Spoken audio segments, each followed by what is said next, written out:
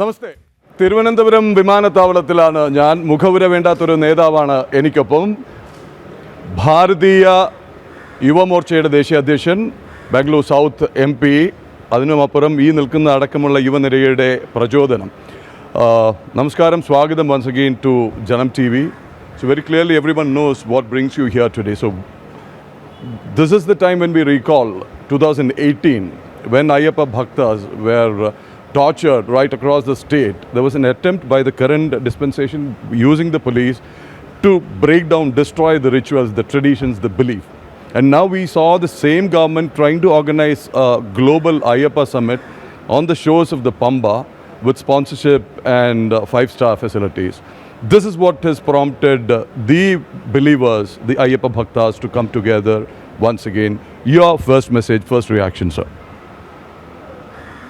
The atheist, non-believing, anti-Hindu, anti-Sabarimala, anti-tradition communist government organizing a global Ayyappa meet is, to say the very least, ironical. Those people who tried to break the traditions of Sabarimala deliberately hurt the sentiments of millions of devotees of Sabarimala, who filed affidavits in high courts and supreme courts against the traditions and beliefs of the millions of devotees of Sabarimala. The very same state government, the communist leaders who organized and led lathi charges against thousands of peaceful Ayyappa devotees who were protesting against this breaking of the tradition, who had promised dropping of cases, withdrawal of cases against these devotees but did not act on it all of these years, have suddenly overnight developed great reverence and faith, or putting up a drama in this manner, and are organizing this global Ayyappa meet. It is like the devil quoting the scripture. In Kannada we say Bhutata Bayali Bhagavad Gita. I'm sure there is a Kerala Malayalam equivalent to this. Yes. Yeah. This is exactly what has happened here. The communist, by definition, is an atheist and a non-believer in God. Therefore, the communist state government, first of all, has no role whatsoever in administering a religious temple, and it definitely has no role in organizing a global meet, a spiritual meet, a devotional meet of the global devotees. It is even more ironical that the atheist communist state government chose it fit to invite as chief guest Tamil Nadu Chief Minister M.K. Stalin, who admittedly is a atheist himself and whose son has gone on record multiple times stating that he resolves to eradicate Sanatan Dharma. So who are these people coming together to protect and organize the global Ayyappa meet? Like I said, this is the devil quoting the scriptures. If the communists outside of India, wherever a few, they are an endangered species today. Even in China, which is only a communist country by name, only in name and not in practice, if you tell them that the fellow communists in Kerala are organizing a religious meet, a meeting of devotees, they will laugh at it, because by definition a communist cannot be a believer in God. And this is just to hoodwink the Hindu population. This is with a malicious political agenda to make people forget that it was this very same government that tried to break the traditions insult the sentiments of the devotees of Sabrimala, I'm sure that the people of Kerala, the devotees of Lord Ayyappa, being extremely sensitive about this matter, they will see through this double standards, see through this duplicity and hypocrisy. And I'm told that the Sangamam yesterday, that was organized by the government, was a royal flop show. And despite spending thousands of crores of rupees, hundreds of crores of rupees, the whole state government machinery, the TDB machinery, everybody trying their best to organize, they could not even muster 3,000 people, what they had stated earlier. There were more empty chairs than devotees who participated. This is a clear indication that people have seen through this duplicity and the program was a royal failure. For the record, the claim was that there were about 4,500 registrations and we are going to admit only 3,000 people because seats are limited. We saw with the numbers that came out eventually, unofficially, was about 600 odd.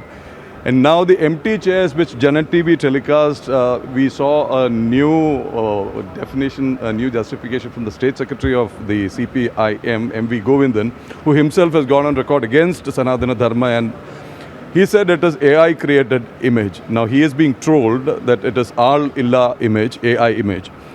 The second part of the story is that the Chief Minister yesterday came out with a theory which we are still trying to comprehend. He was talking about Matatiyata Atmiyata, which roughly translates to spirituality sans religion.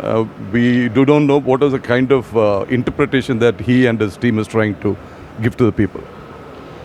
Well, you know, when the communist tries to organize a religious meet, then unfortunately he will have to resort to such intellectual gymnastics to justify such things.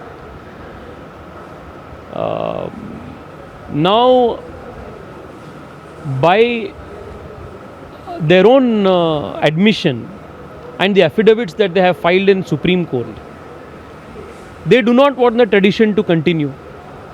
The tradition that millions of devotees of this holy temple hold so dear to their beliefs and faith. Even today, the same affidavit is still in existence. On one hand, you file affidavits in court that wants to break traditions and insult the sentiments of devotees. And on the other hand, you also want to establish that you are a champion of devotees of Ayyappa. So while you try to play these double games, hypocrisy has to be justified, and such intellectual gymnastics will then be, resorted to. Spirituality without religion, religion without culture, new theories, hypotheses will come into practice. But I'll tell you, the communists are expert in this duplicity. If you observe the communist playbook, they claim to be democratic and champions of democracy. If you see any of their organization names, there is always, socialist, democratic front, liberal fronts. They always keep names like this.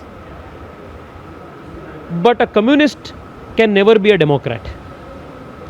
So the name of their organization is again only to hoodwink and misguide people. They also claim to be liberals. If you look at their organization letterheads and names, generally they claim to be democratic, socialist, liberal. These are the names they generally keep. But if you look at the communist history around the world, the communists have never been liberal. It is an antithesis to communism.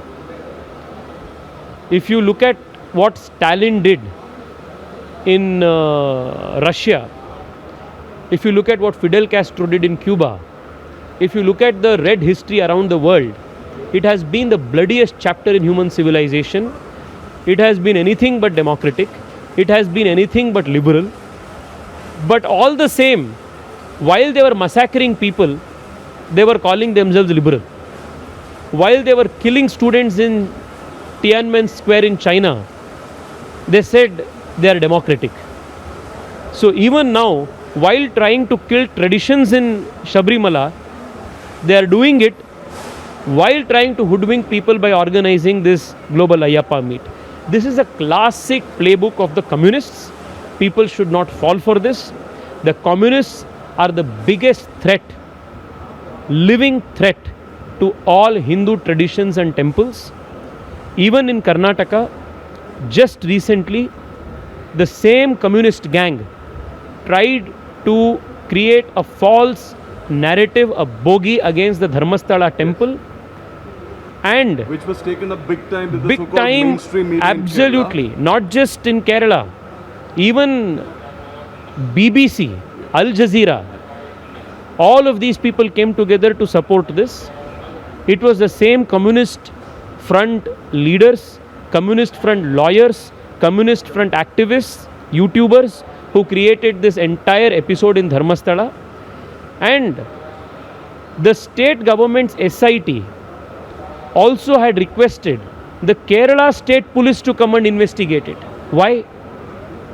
It is because they knew that if the state police from Kerala will come, they will come with a state government's stated agenda of trying to create or fabricate evidence and create a narrative against Dharmasthala.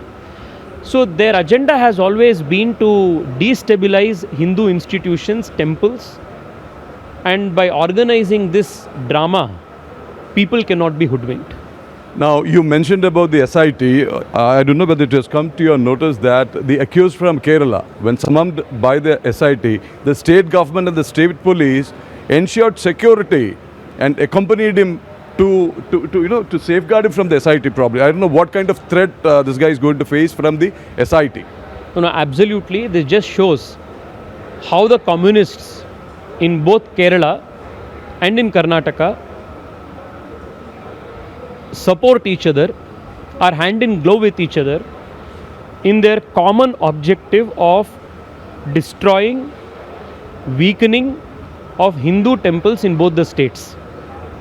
The same communists who advise Siddaramaiah in Karnataka are the same communists who advise Stalin in Tamil Nadu and who advise Pinarayi Vijayan in Kerala. They are all, to borrow the English adage, birds of same feather flocking together.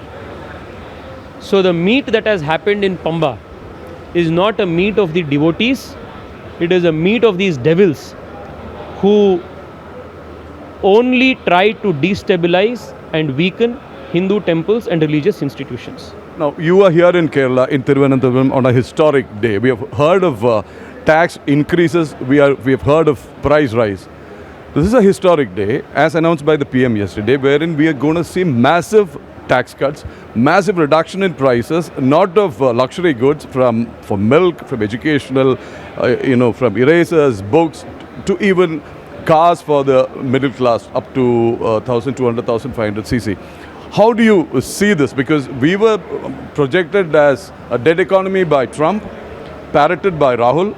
We were threatened with tariffs and extra tariffs. Now we are seeing a bounce in a steep climb in exports. We are seeing domestic increase in consumption of textile goods. And now with this master stroke, which did not happen overnight, obviously, something which was thought unthinkable has now happened with the GST reforms. See, the introduction of GST itself was historic. It simplified movement of goods and services in the country from one state to another.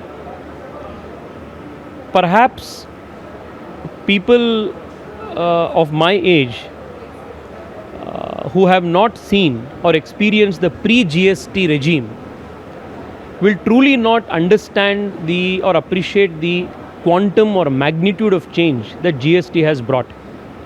Prior to GST, there were multiple taxes, VAT, sales tax, commercial tax, octroi, to move your goods and services from one state to another. If you were a company that had manufactured goods in Bangalore and wanted to send it to Kerala, it was a living hell for those companies. But what has now changed is GST has made this entire process extremely simple. Now, A small cottage industry making banana chips in Kerala can very easily manufacture it and sell it in another part of the country without a lot of difficulty. And over the last few weeks, the Prime Minister has further simplified GST by bringing in great rationalization and bringing in only two major tax slabs. Close to 90% of all goods now come under the 5% tax. Which are these goods? Most of these goods are everyday essentials. Your toothpaste, toothbrush, hair oil, erasers and pens that kids use in school education. And then medical insurance, health insurance has now been brought to 0%. All of these, therefore, are done with the objective of helping the common man. You are already seeing in the last few days many companies, including automobile companies, companies like Himalaya Ayurveda products, so many companies issuing advertisements every day, full page advertisements. Today, I was just seeing advertisement of pigeon household goods, kitchenware, pressure cookers, pans. All of them are saying how there is a reduction in price. What was costing 110 rupees earlier is now going to be 95 or 100 rupees. So the reduction in GST rates are now being transferred to the end consumer. The most common Indian is going to be benefiting from this. This is truly a historic reform, the best Navaratri, Dasara and Deepavali gift that the Prime Minister could give. Right. Now, Nasha Mukt Bharat and the Namo Yuva Run. Why at 75 locations? The Prime Minister has just turned 75 years. He is the biggest icon for India's young people for health, fitness and a service and a life in service for the nation. Yesterday, as a gift to our Prime Minister on his birthday, the Bharatiya Janata Yuva Morcha organized Namo Yuva Run at 75 places in the country.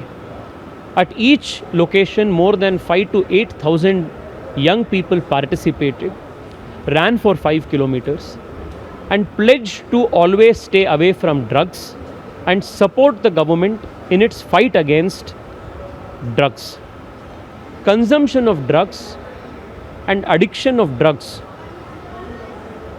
is a huge challenge not only individually for young people, which destroys them, but is also a route for narco-terrorism and narco-naxalism. Therefore, yesterday's run is the biggest, largest run in the world organized by any political party to create awareness amongst young people against the usage of drugs. So more than 7 lakh people have participated, 75 locations. It is the largest ever run organized to create awareness against drug abuse, and this was a befitting gift that the Yuva Morcha gave to the Prime Minister Narendra Modi on his 75th birthday. We saw something very interesting in the Karnataka Assembly, where T.K. Shivakumar, the Deputy Chief Minister, reciting the Sangh Prarthana. I mean, what happened afterwards is something more interesting. He was made to apologize. Then he said his blood is Congress blood, that he is more loyal to Sonia Gandhi and the family than anything else. That again is a reflection of the Congress mindset, where the Gandhi family is more important than the country. That Sonia Mata is more important than Bharat Mata. This is the culture of the Congress. So I would not read much into what D.K. Shivkumar's recitation of the Sangh Prarthana, but I would rather read more into his apology and his stated commitment to Sonia Mata and the family than Bharat Mata, which is a display of the Congress culture. to the extent that DK Shivakumar was forced to erase the words Namaste Sada Valsale Madhubhume. No, I told you the Congress culture is Sonia Mata over Bharat Mata. That is established again. Thank you so much for joining the Janam TV live now. And one message for the leaders are here, obviously, for the Yuva Morcha cadre who are, actively and very aggressively on the public front. Whenever I meet with our Yuva Morcha Karyakartas from Kerala, I go back even more inspired because they fight here with very limited resources, limited support against great odds. I have come here, visited families of our Karyakartas who were killed brutally by the communists, by the Islamist forces here. Despite such physical threats, despite financial challenges at home, they put their life on the line and fight for this cause, for the nationalist cause, for our ideology, for our party. I wish them the very best. I draw inspiration from them. I can only say that the Bharatiya Janata Yuva Morcha's national leadership is firmly with them in this fight for the country and for the nationalist cause here in Kerala. I wish them the very best again. Thank you so much. Our viewers will be very pleased because I keep getting inquiries about when Tejasvi Surya next. Thank you so much. All the best from Janam TV and its viewers. Bharatiya Janata Yuva Morcha ദേശീയ അധ്യക്ഷനും Bangalore south MP-യുമായ Tejashwi സൂര്യയാണ് ഇതുവരെ ജനം TV പ്രേക്ഷകരോട് സംസാരിച്ചത്.